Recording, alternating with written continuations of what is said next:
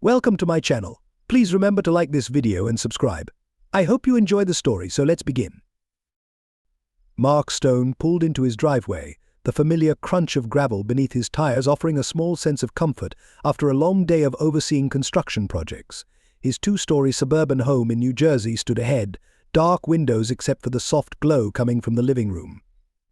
After turning off the engine, he grabbed his worn leather briefcase and headed inside. The moment he crossed the threshold, the tension hit him like a physical blow.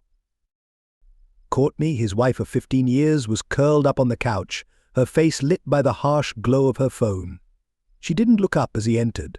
"Hey," Mark said as he loosened his tie. "How was your day?"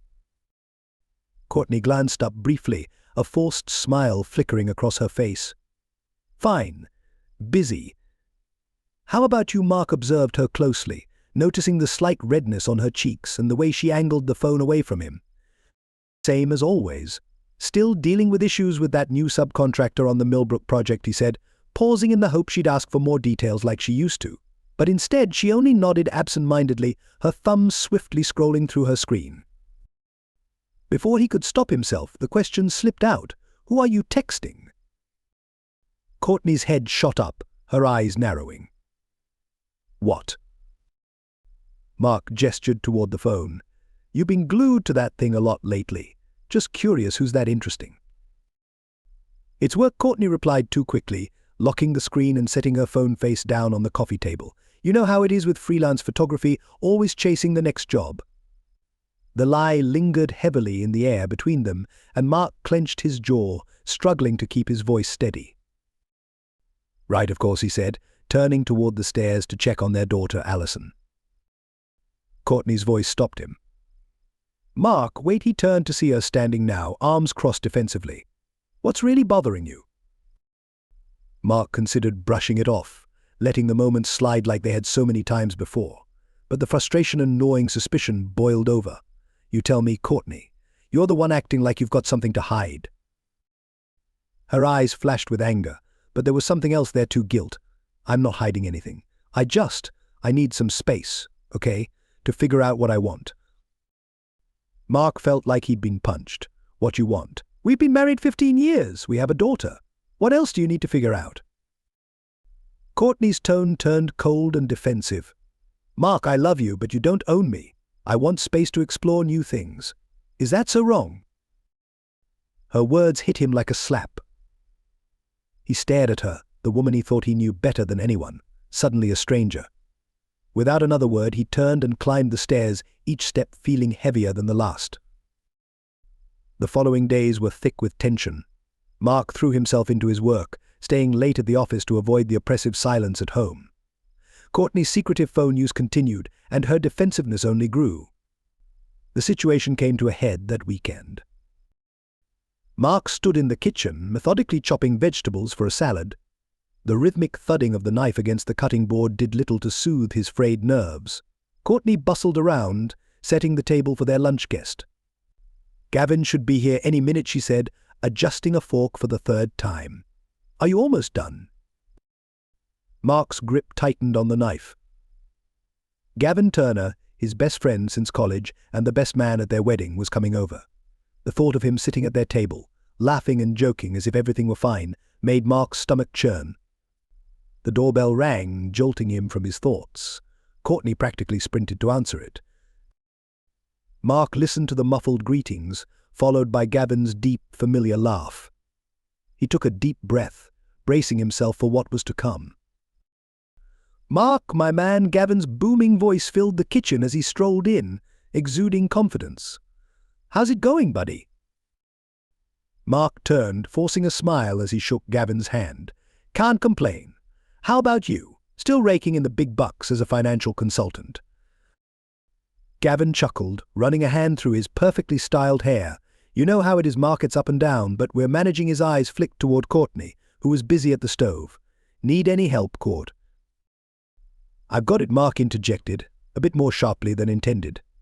"Why don't you two head out to the patio? I'll bring everything out in a minute."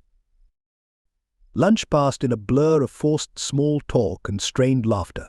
Mark watched as Gavin entertained them with stories from his latest business trip, noticing the way Courtney hung on his every word, her eyes lighting up when he spoke, her touches lingering a little too long.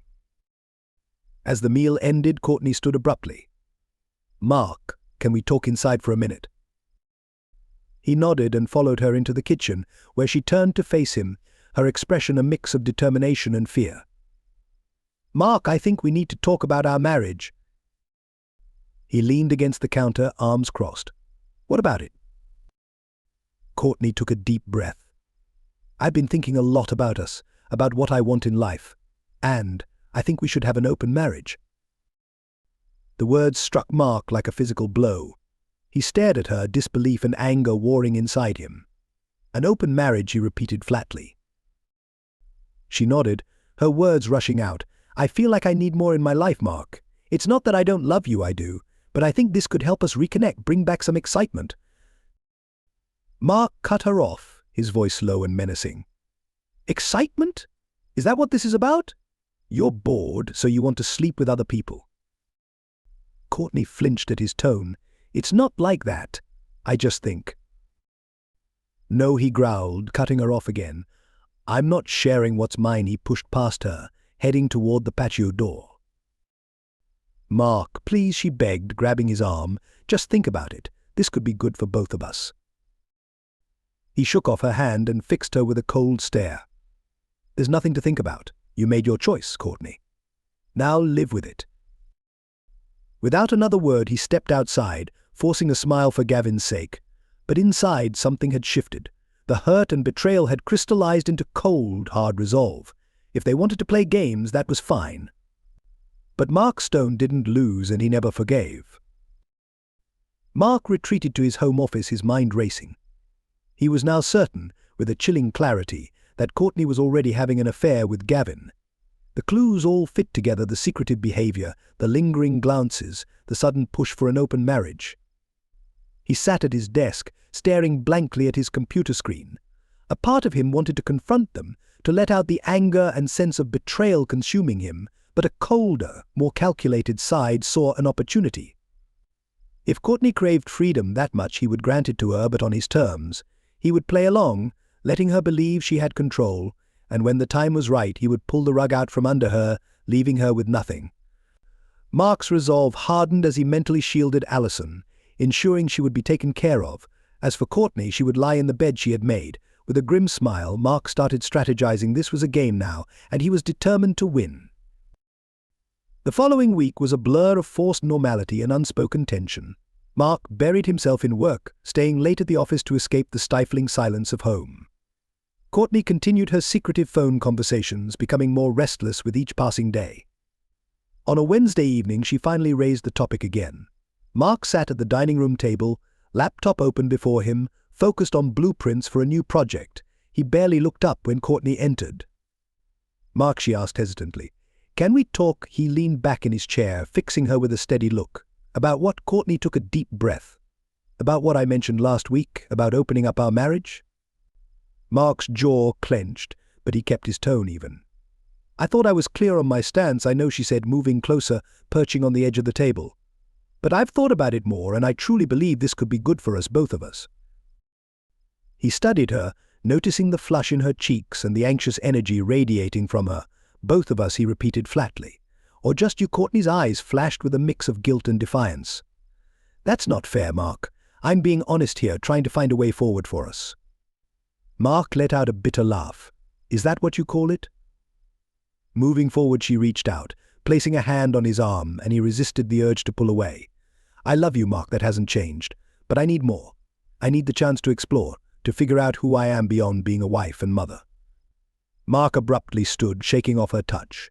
He paced the room, his mind racing. Every instinct screamed at him to shut this down, to tell her where she could take her exploration. But again, the colder, calculating part of him saw an opportunity. He turned back to her, his expression neutral. "You really want this?" Courtney nodded, hope flickering in her eyes. "I do. I think it could bring us closer, help us reconnect." Mark was silent, weighing his options. Finally, he spoke in a low, controlled voice. "All right, if this is what you want, we can give it a try." Courtney's relief was obvious, and she moved toward him, arms open. "Thank you, Mark. I promise this will be good for us." We can set boundaries to make sure we're both comfortable, he raised a hand, stopping her. Not now. I need time to process this. We can discuss the details later, Courtney nodded, barely containing her excitement. Of course, take all the time you need. I love you, Mark. As soon as she left the room, his mask slipped. His face hardened, his eyes icy. She thought she had won, that she could have everything. But little did she know, she had just handed him the tools to destroy her. In the days that followed, Mark watched with detached curiosity as Courtney made secretive phone calls and whispered conversations. He observed her like a scientist studying a lab experiment, noting how her eyes lit up when her phone chimed and the spring in her step as she moved about the house. It was Friday evening when Courtney dropped the bombshell. Mark was in his home office, ostensibly working on reports, but in reality finalizing the details of his plan. Courtney knocked softly on the open door. "Hey," she said nervously. "Can we talk for a minute?" Mark leaned back in his chair, gesturing for her to come in. "Sure, what's on your mind?" Courtney perched on the edge of his desk, hands fidgeting. "You know how we talked about trying new things?" Mark nodded, and she continued. "Well, I've been thinking I'd like to take a trip next week, just for a few days." Mark's eyebrows raised. "A trip? Where to?" "Oh, just up to the mountains. There's a great little bed and breakfast I've heard about. It's perfect for landscape photography," she said, not quite meeting his eyes. "I was thinking of asking a friend to come along, for company." It took all of Mark's self-control not to laugh. Did she really think he was that foolish, that he wouldn't see through her pathetic attempt at deception? Instead, he nodded thoughtfully. "A friend, huh? Anyone I know?" Courtney's cheeks flushed. "Just someone from my photography group. You wouldn't know them." Mark remained silent, watching her squirm under his gaze. Finally, he spoke. "Well, if this is something you need to do, then go ahead." Courtney's relief was almost laughable. "Really? You're okay with it?" Mark shrugged, the picture of indifference. "We agreed to try this open marriage thing, right?" "Might as well dive in." Courtney beamed, leaning in to kiss his cheek. "Thank you for understanding. This means so much to me." She hopped off the desk and practically skipped out of the room, already planning her getaway. As soon as she was gone, Mark's facade crumbled, his hands clenched into fists, the knuckles white with the effort of restraining his anger. He knew exactly who she was going with, and it wasn't a random photography friend. It was Gavin, his best friend, the one he had trusted with everything. Mark took a deep breath, forcing himself to stay calm. This was all part of his plan. Let them believe they had succeeded. Let them grow comfortable in their deceit. It would only make their downfall more devastating when he finally pulled the rug out from under them. The day of Courtney's departure arrived, and Mark stood in the driveway, watching her load her bags into the car. She was nearly giddy, barely able to contain her excitement. "Are you sure you don't want me to drive you to the airport?" Mark asked, playing the role of the supportive husband perfectly. Courtney shook her head.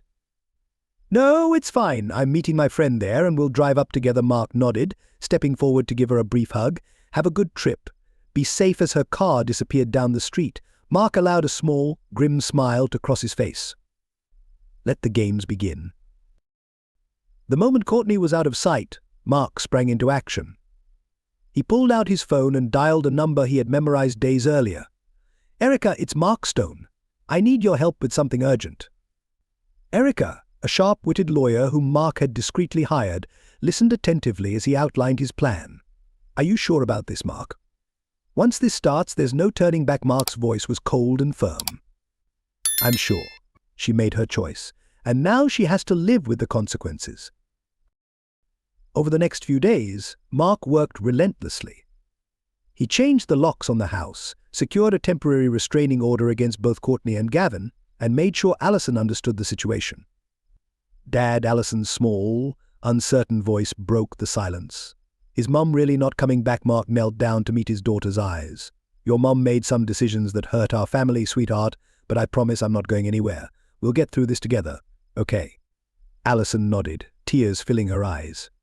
"Can I write her a letter to tell her how I feel?" "Of course you can," Mark said, pulling her into a hug.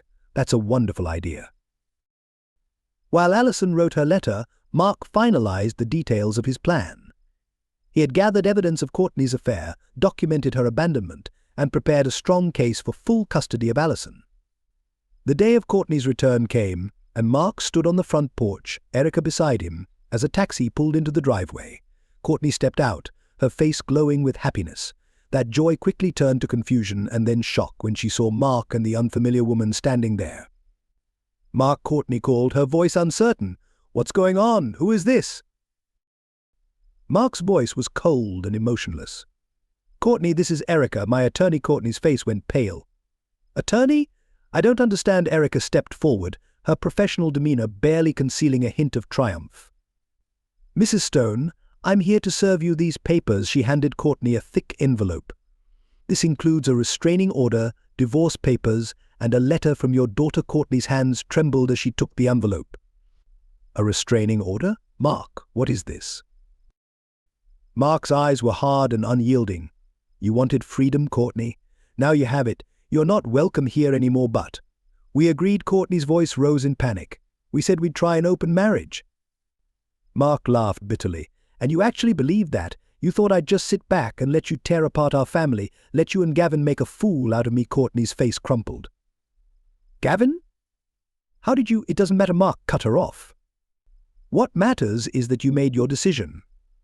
Now you'll live with it alone." But tears streamed down Courtney's face. "Please, Mark, let me explain. We can fix this." Mark's voice was flat. "There's nothing to fix, Courtney. You threw away 15 years of marriage for a fling with my best friend. Did you really think there wouldn't be consequences?" Courtney tried to step toward the house, but Erica blocked her. "I'm sorry, Mrs. Stone, but you can't enter the premises. The restraining order is in effect immediately, but where am I supposed to go?" Courtney's voice was small and broken. Mark shrugged, unmoved by her tears. "That's not my problem anymore. You wanted space to explore, didn't you? Well, now you have all the space you could want." As Courtney stood there, stunned and sobbing, Mark turned and walked back inside. He closed the door behind him, leaning against it for a moment as the weight of what he had done settled over him. But he felt no remorse, only grim satisfaction. Allison appeared at the top of the stairs, her wide eyes full of uncertainty. "Dad, is it over?" Mark nodded, forcing a small smile for her sake. "Yes, sweetheart, it's over. Come on, let's go make dinner." As they headed to the kitchen, Mark finally allowed himself to exhale. The worst part was done. Now came the challenge of rebuilding their lives, just the two of them. But he was ready for it. Courtney had underestimated him. She thought she could play him for a fool. But she forgot one important thing: Mark Stone didn't lose, and he certainly didn't forgive. Months passed, and the dust began to settle over the remnants of Mark's old life. He threw himself into his work with renewed focus, climbing the corporate ladder at his construction firm with a fierce drive that impressed and unnerved his co-workers. One crisp autumn morning, Mark stood in the kitchen of his new, spacious home just a few miles from the old neighborhood, sipping coffee while watching Allison gather her things for school. "Dad," Allison's voice pulled him from his thoughts. "Can I ask you something?" Mark set his mug down and gave her his full attention. "Of course, sweetheart. What is it?" Allison hesitated, fidgeting with her backpack straps. Do you ever miss Mom?" The question hit Mark like a punch to the gut, but he kept his face neutral. "Your mum made decisions that hurt our family, Allie, but that doesn't change the fact that she's still your mother." "It's okay to miss her," Mark said, pausing for a moment, then added, "But do you?" Allison hesitated before pressing on. Mark sighed and ran a hand through his hair. "I miss the family we used to be sometimes, but we can't go back to that. We can only move forward." Allison nodded thoughtfully, her young face serious. "I get that, but sometimes I wonder if she misses us." Mark pulled his daughter into a hug, his heart aching for the pain she'd been through. "I'm sure she does, sweetheart. But remember, we're going to be okay. You and me, we're a team. Right?" Allison gave a small but genuine smile. "Right. Thanks, Dad." As Mark watched her leave to catch the school bus, his resolve hardened once more. Life was better without Courtney, and he would make sure Allison never doubted that. Later that day, Mark sat in his office, focused on blueprints for a new development. A soft knock at the door caught his attention. "Come in," he called without looking up from his work. Mr. Stone, a familiar voice, made him glance up. Erica, the lawyer who had helped him through the divorce, stood at the doorway. "Do you have a moment?" Mark leaned back in his chair and gestured for her to enter. "Erica, what brings you by? Is there an issue with the divorce settlement?" Erica shook her head as she sat down across from him. "No, nothing like that. I actually wanted to talk about something more personal. If that's okay." Mark raised his eyebrows slightly but nodded. "Of course. What's on your mind? Erica hesitated for a second before continuing. I was wondering if you'd like to grab dinner sometime. Not as lawyer and client, but as friends. Maybe more her offer caught Mark off guard. He studied her face, noticing the light flush in her cheeks and the way her eyes met his without wavering. She was smart, attractive, and had been there for him during one of the darkest times of his life. But was he ready for this? Erica, Mark began, pausing as he carefully considered his words. I'm flattered, truly, but I don't think I'm ready for anything complicated right now. Erica gave a quick nod, her professional demeanor returning. I completely understand. I hope I didn't make things awkward between us. Mark shook his head and offered a small smile. Not at all. I appreciate your honesty, and who knows, maybe someday, when things aren't so fresh. As Erica left his office, Mark found himself lost in thought. The idea of moving on, of finding happiness with someone new, wasn't as terrifying as it had once been, but he wasn't there yet. His focus had to stay on Allison and rebuilding their lives. Weeks turned into months, and Mark and Allison settled into a new routine. They found comfort in their regular schedules, spending quiet evenings together doing homework or watching movies. But Courtney's betrayal still lingered, casting a long shadow over their attempts at normalcy. One crisp Saturday morning, the past came knocking quite literally. Mark was in the garage working on his car when the doorbell rang. Wiping his hands on a rag, he walked to the front door and froze when he saw who stood there. Courtney. She looked different, thinner, her once vibrant hair now dull and lackluster. But what struck Mark the most was the look in her eyes. Gone was her carefree spirit, replaced by a haunted, desperate gaze. Mark, she whispered, her voice barely audible. Can we talk for a minute? Mark considered slamming the door in her face, but curiosity got the better of him. What do you want? Courtney, she flinched at his cold tone but pressed on. I made a terrible mistake, Mark. I see that now. I was hoping maybe we could try again. Mark stared at her, disbelief and rage churning inside him. Try again, he repeated, his voice dangerously low. You threw away 15 years of marriage, betrayed me with my best friend, abandoned our daughter, and now you want to try again. Tears welled up in Courtney's eyes. I know I hurt you both, Mark, but I've changed. I understand what really matters now. Please, just give me a chance to explain. Mark's anger flared. Explain what? He snapped, losing control. How you decided our family wasn't enough. How you lied to my face day after day. Or maybe you'd like to explain how you broke our daughter's heart. Courtney's tears spilled over. I'm sorry, Mark. I'm so sorry. I was selfish and stupid, and I've regretted it every day since. Please, if you ever loved me, don't. Mark's voice was icy. Don't you dare try to use that against me. You lost the right to talk about love when you chose Gavin over your family. Gavin's gone, Courtney said, her voice small and defeated. He left me. I have no one. Mark nothing. For a brief moment, Mark felt a flicker of pity, but he quickly crushed it. That's not my problem, Courtney. You made your bed, now you get to lie in it. Dad, Allison's voice came from behind him. Who's at the door? Mark turned to see his daughter standing in the hallway, her eyes wide with recognition. Courtney's face lit up. Ally. Oh, sweetheart, I've missed you so much. Stop right there, Mark growled, stepping between them. You don't get to walk back in here and pretend like nothing happened. Allison stepped forward, her voice small but steady. Why are you here? Mum. Courtney's smile faltered. I wanted to see you, honey. To tell you how sorry I am. Sorry? Allison's voice cracked. You left us. You chose someone else over us, and now you're sorry. Mark felt a surge of pride at his daughter's strength. He placed a reassuring hand on her shoulder. As Courtney spoke, Allison interrupted, tears glistening in her eyes. I wrote you a letter, you know, she said, right after you left. I poured everything out, told you how much you hurt me. Did you even bother to read it? Courtney's face crumbled. Oh, Ally, of course I read it. It broke my heart. No, Allison cut her off sharply. You don't get to say that. You broke my heart, you destroyed our family. And now we don't need you anymore. With that, Allison turned and ran back into the house. Mark watched his daughter leave, his heart aching for the pain she had endured. He turned back to Courtney, who stood frozen in shock. I think it's time for you to go, he said, his voice devoid of emotion. "Mark, please," Courtney pleaded. "Don't do this. We can fix it. We can try counseling." "There's nothing left to fix," Mark said firmly. "We're done, Courtney. We've moved on, and you should too." With that, he closed the door, shutting her out of their lives for good.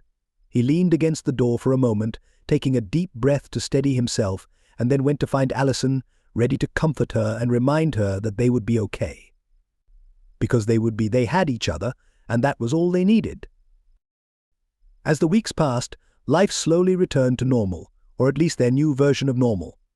Mark threw himself into his work with renewed determination, focused on giving Allison the best life possible. And little by little, he found himself healing. One warm spring evening, Mark sat on the back porch, watching the sunset. Allison was staying at a friend's house for a sleepover, and the quietness of the home felt strange without her. A soft knock at the front door interrupted his thoughts. Curious, he made his way through the house, wondering who might be visiting at this time. He opened the door to find Erica standing there, a hesitant smile on her face.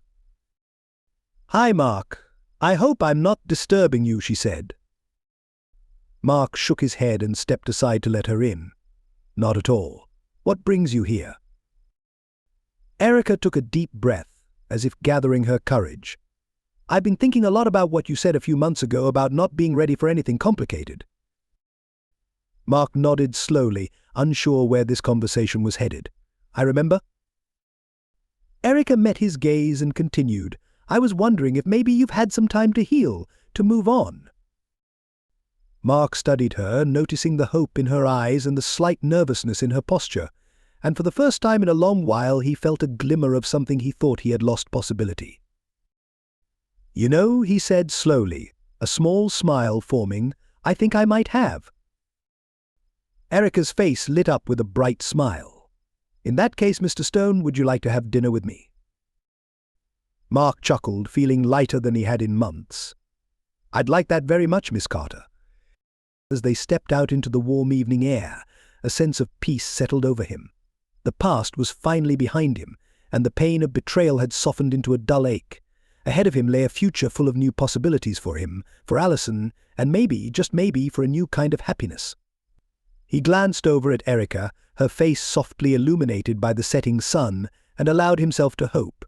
Because Mark Stone was a survivor, he had weathered the storm of betrayal and emerged stronger, and now he was ready to embrace whatever the future held. As they drove off into the twilight, Mark felt a sense of closure. Courtney had made her choice, and now he was making his.